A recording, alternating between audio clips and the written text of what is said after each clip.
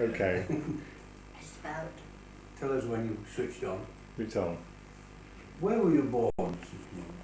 I was born in Reading.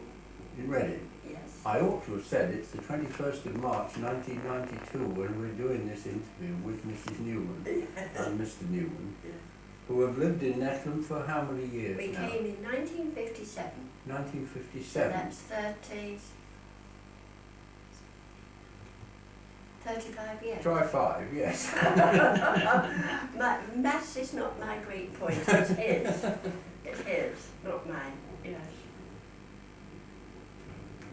And where did you went to school at Reading? No. My father was moved to London. He did a tremendous lot of border guardians and social work and whatever you like to call it, all that sort of thing. And he was moved to Woolwich.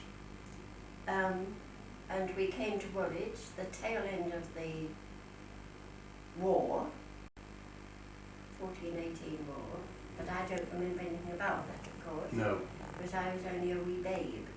And and we lived there until I married Douglas, and Douglas also lived in Woolwich and London. And I knew him as a wee boy, and he was horrible. Oh, you jumped my gun a little bit. I was going to say, where did you first go to work? Oh, well, first of all, I was at college, and I was training. Yes. What college was And, that? well, I went to London School, well, Oh, it's you went now called London School of Yes, Economics, but yes. in our day it was the social services, of course, and so Was I it? did all social work. I did slumming in London, Did you? and I worked for the Invalid Children's Aid Association, I see. and I did that right up till I was married, although I did some hospital training because I did radiography for children. That's most interesting. And so, of course, during the 39... But you see, your social work training fits in so well to what you've been doing in Nettleham for the last years. It all fits in, doesn't it, as a picture? It's my vocation. Yes. And I use the word vocation deliberately, simply because I belong to a tertiary order of the church. I see. And into that tertiary order comes my vocation. Yes. Yes. That's a piece of secret. Did your mother have an occupation? Oh, no. No. No. No, mother was very much a home lover. She did what I call good works, because my very first recollection of doing anything was going with my sister and brother to a tramp site in Woolwich and taking soup. Really? We loved going, and we loved going without mother.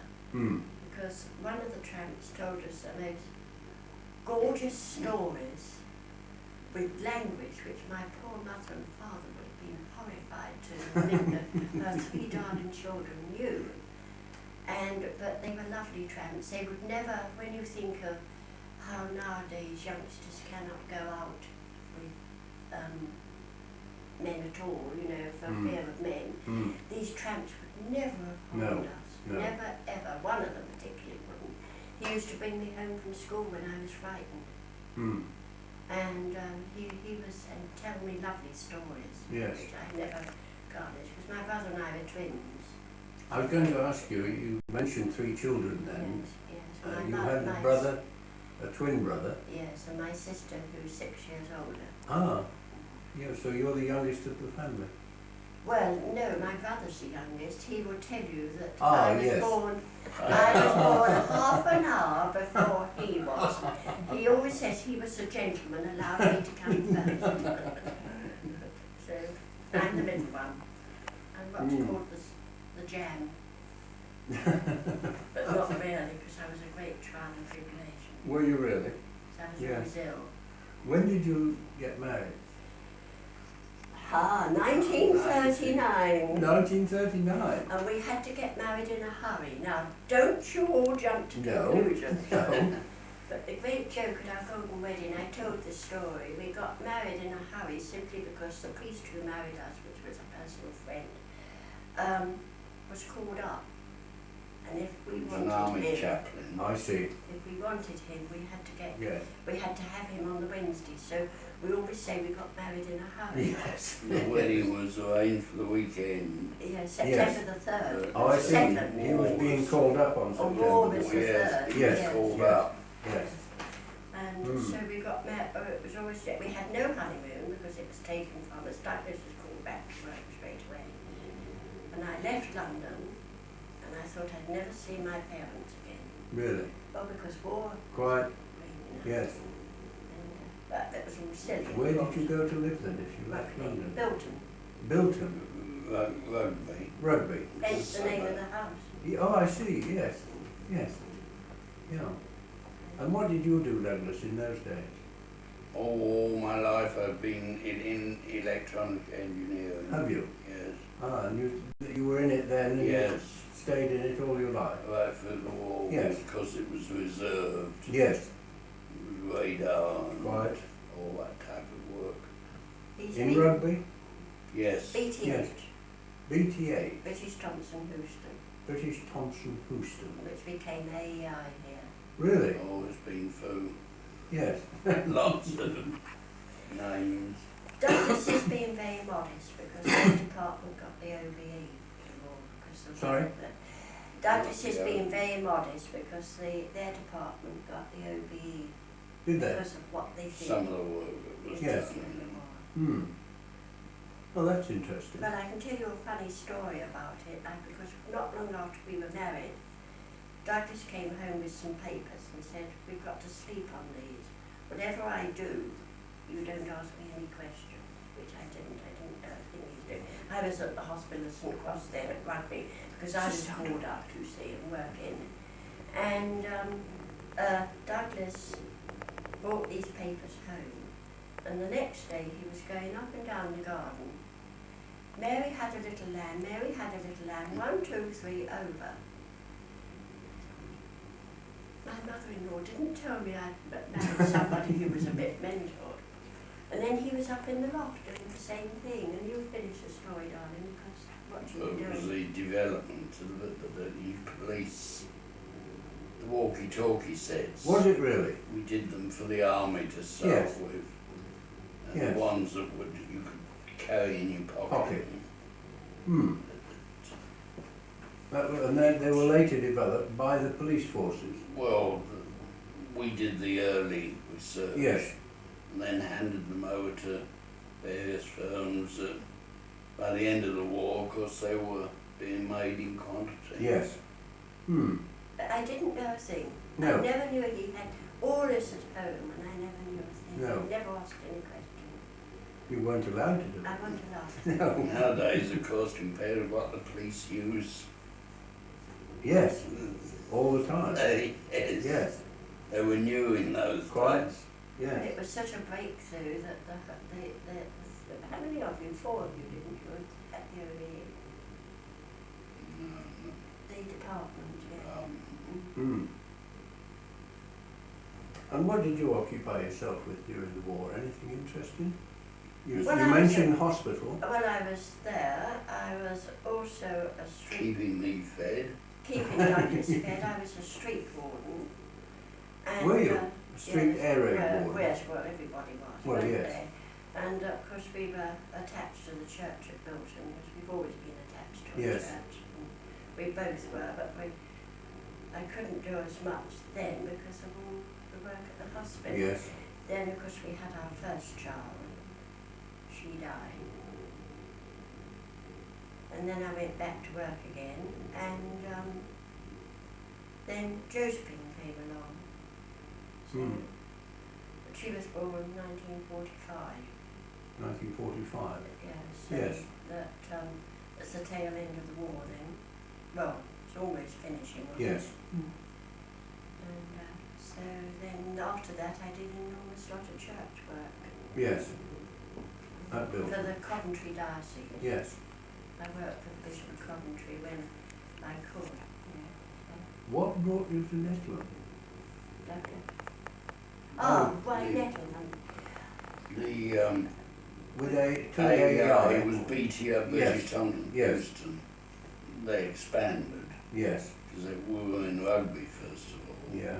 Then they expanded, and I finished up with going to Lutterworth for work, and then they expanded further and came over to Lincoln. Yes. I lived at home for the Lutterworth move. Yes. But of course Of I course had you to couldn't. come here Yes. for the Lincoln move. And you chose Nettleham out of the Well, we villages didn't of Wales? choose Nettleham. Nettleham Oh. chose us, right? Oh, really? Because There was we no had nowhere to houses. live.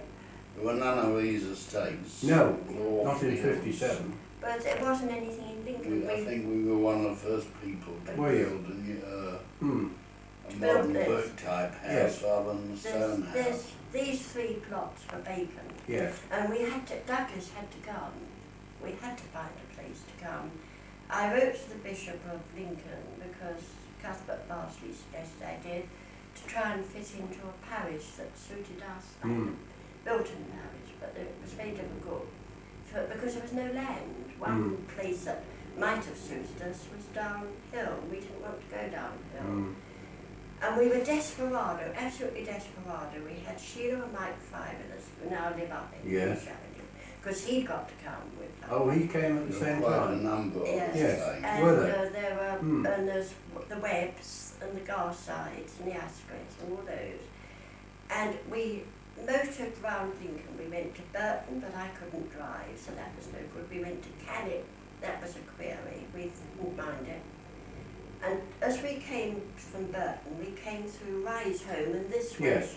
Douglas said, oh, Nettleham, let's look at Nettleham. We came down Washdyke Lane, and on the top where Beach Avenue is, there was a huge board Yes. which said housing estate. There was no Beach Avenue. No. And so No. we all jumped out. Sheila Fry and I jumped out, piece of paper, we made a note of the thing. We drove down the village, we went round the village, we fell in love with the village. Did you? Now, it was we didn't fall in love with Cannock, we fell in love with the village. We rushed back just in time as Hunters, was it? Yes. Closed their doors.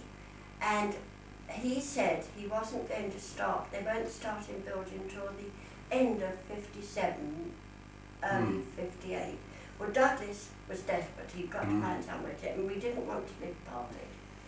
And so then he said, a gentleman called Mr. Warren Neal has got a plot of land with a house already architect.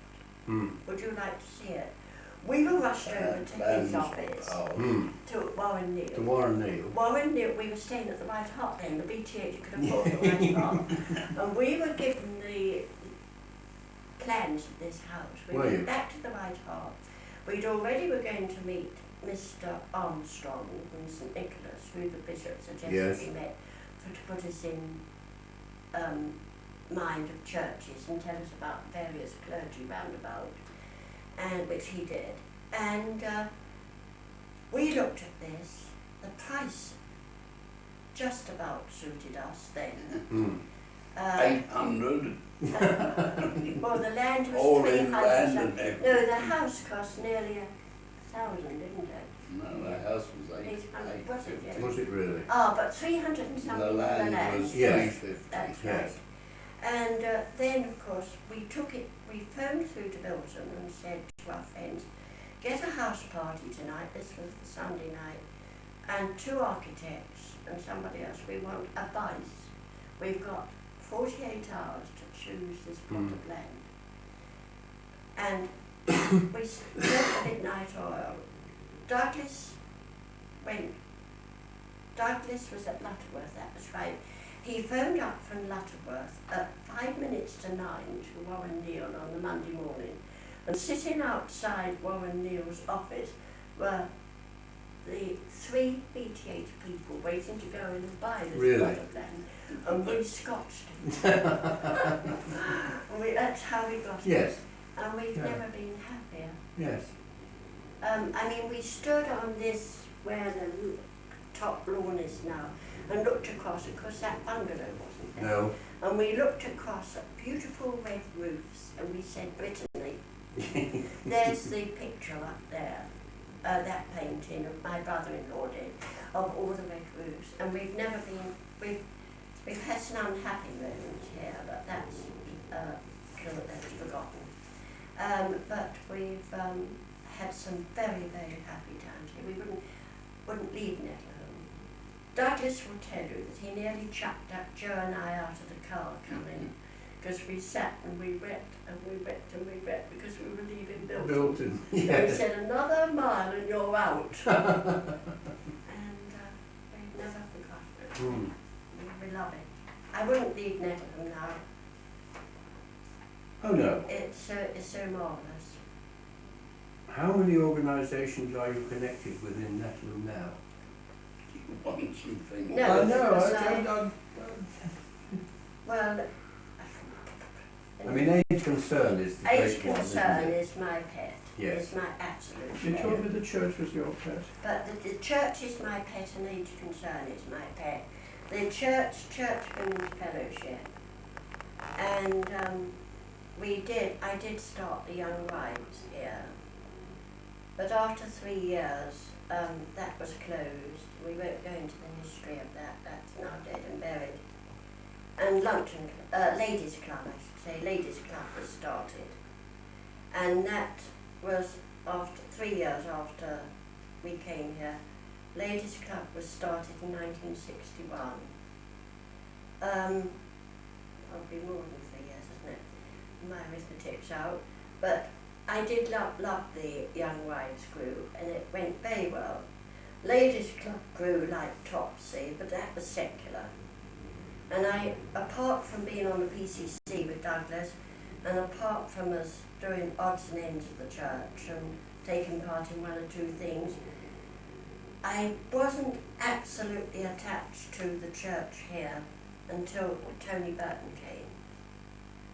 When he, of course, used me and used. I was attached to the diocese. Yes. And that's where I did all my big church Yes. work. I trained for the city centre team ministry. Did you? That was tremendous. 1967, I started the city centre team ministry after doing 2.5 to 3 years special study. I had to do a special study for it. And I became an auxiliary worker for the diocese. And I went into the city centre team ministry. Did you? Because I was advised not to go into parish work here. And I stayed in that until 1980. And that was a wonderful education. Yes. Because I had to learn to work in a team. I'd worked in a team before, with a very wide team, an ecumenical team. And also, it was very, very good because of so many different types of people one worked with. In every special way, industry and everything. So that was City Centre Team Ministry. Then, of course, the Church Women's Fellowship was started just before Tony came. And Kath Taylor started that. And then Kath Taylor left and she asked me if I'd take over as leader. Tony, of course, is the chairman. Yes. And I took over as leader, and that was 1985, and that's going very well. And then, of course, the study groups. I've had various prayer groups and study groups. And your connection with Lyman's? Well, that comes in age concern. Does it? It comes under age concern. It comes under the umbrella Yes. of age concern. But you're still very connected with Oh, Lyman's. absolutely. Yes.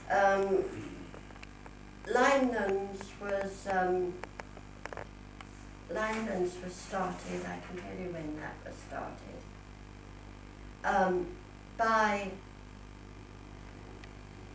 1982. we had a very, very special meeting in 1982 in Linelands where all groups were called, all people were called, of every kind. Avarice, Mrs Avarice called this, and was it Avarice? I've forgotten now. But I tell you who played a very big part in that, and that was Albert Stepney. He formed the Friends of Lineland. Did he? And we were on his committee, and he used us a great deal. And that came under the umbrella of Aid to Concern. So anything they wanted, any backing, any money, any help, Aid to Concern would come forward and help them. But they had their own committee. We have our own committee, yes. Linelands. But when we have our big annual general meeting, Linelands come and give their reports. Yes. Both treasurer and report work yes. they do. But 1967 to 1970, I think I'm right, Dick, am I not in this, that Linelands and Churchview were built. Well, they had the 21st birthday about a year or two ago. Yes. So we thought about 23 years ago. That was right. That's right. So when Churchview went up, George Harrington, because it was called Churchview, wanted the church to play a part. So we went as a group visiting, just visiting. And Olive Pettifer, who lived here then, said, wouldn't it be a good idea if we had an Aid Concern grouping start in Churchview? And so in 1971, out of that visiting, an Aid Concern group was formed with Olive Pettifer. Eileen Briggs put us on the right road because she was then working in a great wide area.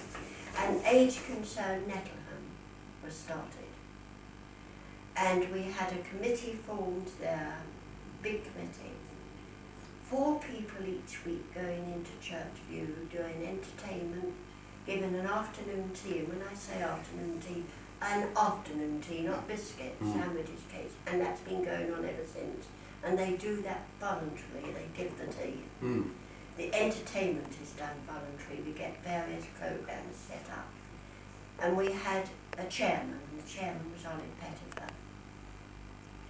And then she left, and Hilary Marshall became chairman, then Molly Stone, and then me.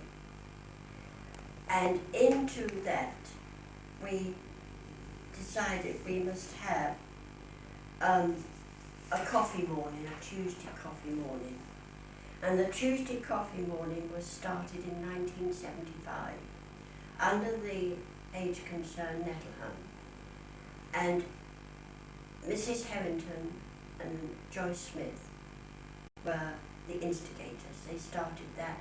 They grew it up and made it what it is today, which is a wonderful grouping. And that, the county council asked us if we would go outside the village for that. Yes. Churchview was inside the village. Linelands visited, but that hadn't come in yet. Churchview was the village. The coffee morning was outside the village, and we had ambulances and drew people in. Then, that was such a success, our minds started turning, wouldn't it be lovely if we could have a lunch? And in the minutes you'll find almost from quite a number of years, it was like a red herring coming up. We must have a luncheon club. But how do you start it? And so 2 of us sat down and thought this out very carefully. We must have it, we must go ahead with it. And 2 things happened. One was that we were brave enough to have a meeting at the Methodist Chapel with all organisations and all age concerned to see if we could have a luncheon club. And then Eileen Briggs, I'm quoting her words, Eileen Briggs said, "The dear Lord took my mother, and by taking my mother we were able to burst forth and do the luncheon club, because the money, a legacy, and the money in lieu of flowers was given to us, just sufficient to pump us off the ground. that's why it's called the Maple Bricks Memorial Luncheon Club, in memory of Yes. a very great lady, a very great family really. And it was uphill work, but we went forward in faith, and it's grown ever since. Yes. We started with 34 people. We thought we can't cook it for any more than 34. And we now cook for 70, and we have a waiting list. Yes. And that's, And it's a good meal. Yes. and that's burst forward. We just had our 10th birthday, which was tremendous. And then, as I say, Friends of Linelands was started. Now, into all that, a huge, great circle, I like to think of it of a ring going round unbroken, all the work going on, all of us helping each other, all of us with a liaison to each other, comes the medical centre. The doctors have been wonderful. They ask us to help them, and they help us. The nurses will phone up and say, please can you visit so-and-so, please can you help so-and-so.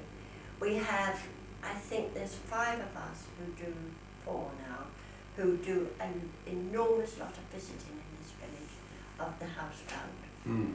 And if anybody does fall outside the net, then I really think I can say it's not our fault, because we should have been told about them. Linelands, we have regular visiting there, We have a wonderful band of pushers, not pushing, please, policemen, drugs, pushing wheelchairs, and it's, I wish we could have a photograph taken sometime, a cine taken, when we have a church service, of the pushing the wheelchairs through the Vicar's Wood, out and into the church. It's a wonderful, wonderful sight. And then across to the day centre for tea and coffee, and tea and biscuits put on in the afternoon, with the police, with the Forget-Me-Not putting this on for us. Now, where does the Forget-Me-Not Club come in? It is not age concern. It is under the umbrella of age concern, and we have to be very, very careful there. They get very touchy if we say they're age concern. They are under the umbrella, whereas Linelands want to be in age concern, but it prefers to be under the umbrella. Forget-Me-Not is not age concern. It was started 3 years before we came here by the Methodists and the church. I think I'm right, that needs verifying.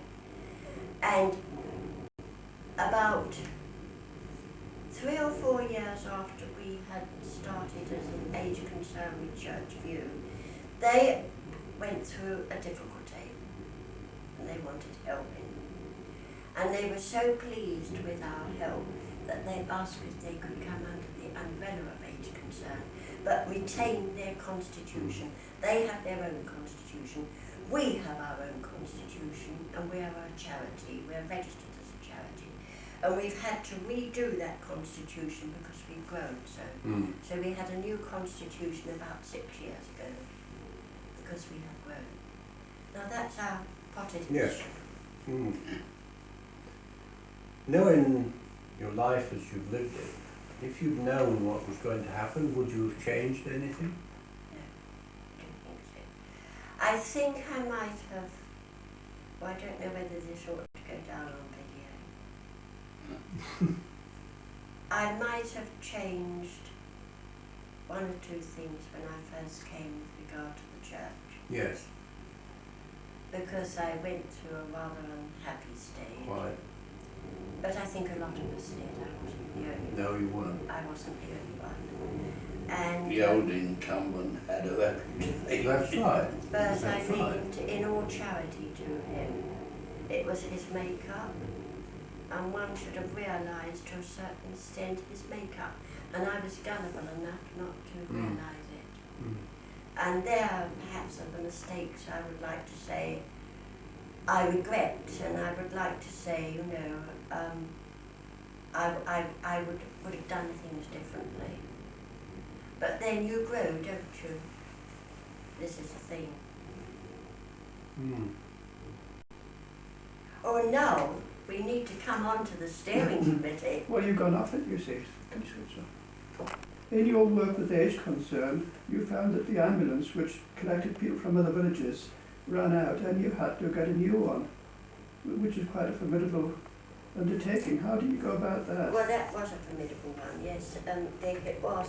First of all, we were thrilled when we had the minibus, when the very first time we ever had a minibus, because people were using their cars to take people to Churchview, and it was becoming so expensive. And also, they were becoming so awkward to get into the cars because old people found it very difficult to get in the front seat. So Age Concern came up with a minibus for the whole area. And we used it. We used it for Forget-Me-Not, we used it for Churchview, we used it for the luncheon club. Then we were told the terribly sad news that the minibus couldn't be used anymore. In fact, the police were extraordinarily good. They manipulated it that we could just take it through a few more months before we got a new minibus. And we were told, could we raise some money? The Welton and Dunhome and so on were asked if they would help. And I suddenly thought, well, we use it so much in the village. As I'd written something like 40 letters to start off the luncheon club and raise money, what about attacking all the executives in the village who worked in firms outside the village? And so I did something like, I think it was 52 letters to all the executives living in the village. A very special letter which Molly Stone and Eileen Briggs and I did between us. And that was sent out under me as chairman. And I was absolutely thrilled when the first lot of money came in. It came in slowly at first, and then it came in like a rushing river. And what was more, when I told the luncheon club people that we were not going to ask them to give money because they gave enough for various things, but if they would like to have a game and buy Smartie tubes and fill them with 5p's and 1p's, they could do so. And they absolutely played the game. They were truly wonderful. And then Emily Ashmore made all those dolls which I showed you, and lots of other things. She raised over £80 for the minibus, and it poured in, and we made Several thousands of pounds. over £7,000 towards it. And we were thrilled to pieces. And then we had the Age Concern East and West Lindsey was so pleased with us because the others had only done a coffee morning, that's all. So pleased with this that we were allowed to have the minibus come and the naming of it, if you like, and we had a special lunch, and Tony blessed the minibus. We got some gorgeous pictures of this, and the morning was a superb morning. It was Ascension Day. I remember that because I was allowed to be on the, what do you call the lifting platform of the minibus. And there's a photograph of me with my arms up like this, saying to Pat Burton, it's Ascension Day and I'm going up. And that day too, I had a cheque given to me for £50 from somebody who wanted to remain anonymous, which was really wonderful. So that was the minibus. And we still had one or two odd bits of money coming in, because people like Maud Clark, who has just died, John asked me if I could just put a little of the money that we received to the minibus because they so wanted to give or couldn't afford to give. So that's a minibus, sir. Now, Age Concern Nettleham, you have a committee working on housing, provision of housing for elderly people. Yes. With success? Most successful. We did a survey, our own private little survey, of people who wanted bungalows and flats because they were desperate. In one of our committees, I think it was Hilary Marshall, said, you know, we're such an ageing committee now, what are you doing about houses? And we had our own private little committee on this to start with. And then I said, I think we ought to fling this out into the public. And we decided to have a committee in the day centre of anybody interested in housing in the village, of bungalows and flats. And we drew this meeting up. Douglas said to me, you won't get more than 30 or 40 people, as he helped me put the chairs out. And we had over 120 people in that day centre, with them sitting on tables. Dick was there. There were lots and lots of people came from the Housing Association represented. We had, well, not lots of those, we had 3 of those. We asked the councillors to come, and we were very sad that the parish council was not very well represented. But we did have Elfrith and what's his name, the chappie up here, Councillor Hill. John Hill. We wanted John Hill to speak and he wouldn't come, but he did come in at the end. We had somebody from Halifax speaking and Councillor Turner. And it went like a bomb. It so went like a bomb that it almost swept me off my feet, because they decided we should have a steering committee. And on the steering committee was Dick, was Ron Russell, myself, Councillor Turner, Jeff Clark, Joyce Rand-Smith, secretary. Joyce Rand-Smith as secretary. And we invited in from time to time various councillors and Mark Clark and so on. And it was hard going. Some days, Dick will tell you, some of the committees, we came away depressed to the last degree because there was no land, nothing happening. And then suddenly a bright light appeared and we've had, to cut a long story short, 3 bungalows built. And I'm going to say we because we got Longhurst in on this, built by the barn, and they are occupied by 3 ladies who are so happy. But we had one dreadful setback, didn't we, Dick? When even before that, there's a chance of some more bungalows like at High Lees. Yes, High Lees. That's had a success. There's 5 going up there, isn't there? 4. 4. But we wanted the Institute and Abbeyfields. We got Abbeyfields. And we were almost there, weren't we? Almost there. And I remember Dick, did you phone me up? Yes, I think you phoned me up. Somebody phoned me up and said, I see the Institute's been sold, so we've got it. Because we'd already spoken to Abbeyfields and they were there except for the money for the alterations. And then when I went to inquire about this, Abbeyfields didn't know a thing about it, and it had been sold. And we felt it was a very big letdown, that, didn't we? Even the chappie at Abbeyfields was deeply upset about this. So we had to pick ourselves up and start again, and we found that the barn could be extended. And we now think that we've got High Lees going. And we would like more land in the village. Which is another story. Which is another story. So that's housing. I think one thing we might have mentioned earlier was shortly after you came here, Douglas in particular, but you helping, were involved with Scouts and Guides. Douglas much more than me. This is Douglas' side. He was chairman for a long time, weren't you? 20 years. He was a wonderful He was chairman. the management, not the scouting activities so much as the management committee. Yes, I was on that committee. And of course you got the new Scouts hut built here, just at the bottom of your garden. Yes, it was a wooden building. Mr. Wallace was in the beginning of that.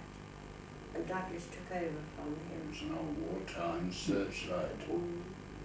Huts. Then you had it replaced with this new building. Yes, it was much better, beautiful. But Douglas, you did so much for the money side too, didn't you? There, you see, by pure chance, in my pocket is an envelope, is a photograph of the opening of the Scout huts by Mr. Lomas. Oh yes, That was that's before we came, yes. Goodness gracious. That's going in the Nettleham News eventually. Isn't that marvellous?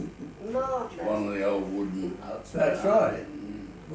Just as a matter of interest, where the Scouts hut is, wasn't that the old village pond? Yes. Yes, Mm. yes, Mm. yes. I believe it was. Mm. See, when we came, the bridge had just been built. Yes, it was a No, ford. 2 years before. 55 yes, bridge was a yes, ford. There was a ford before. Yes. Yes, that's right, that's been built. And, but Douglas did an enormous lot of work. He saw to the upkeep of it and anything broken, and he saw to. And I just cut the grass, didn't I, darling, which I still do. I do the garden. But we were very good at cutting grass because we also cut the churchyard grass. We used to go around doing that. That was great fun. So that's a long story of work at Nettleham. Yes. This is yes. why you're called Mrs Nettleham. Oh, I hope not. Douglas also did a lot for conservation when he retired. He worked for the Castle Square shop and for down here as well. But, oh yes, we wouldn't leave Nettleham at all. People are so kind. You felt a lot in making the social history of Nettleham while you've lived here. I suppose so, yes, but I never realised it. I mean, as I say, work is my vocation, so what I do, I'm not aware of the fact that I'm doing it for any praise or glory, you know, or anything in the way you're saying. I just go ahead and do it. It's what I love to do for other people, because I love people. They Well, fascinate me. You must know how the village regard it. It's a great work. Thank you.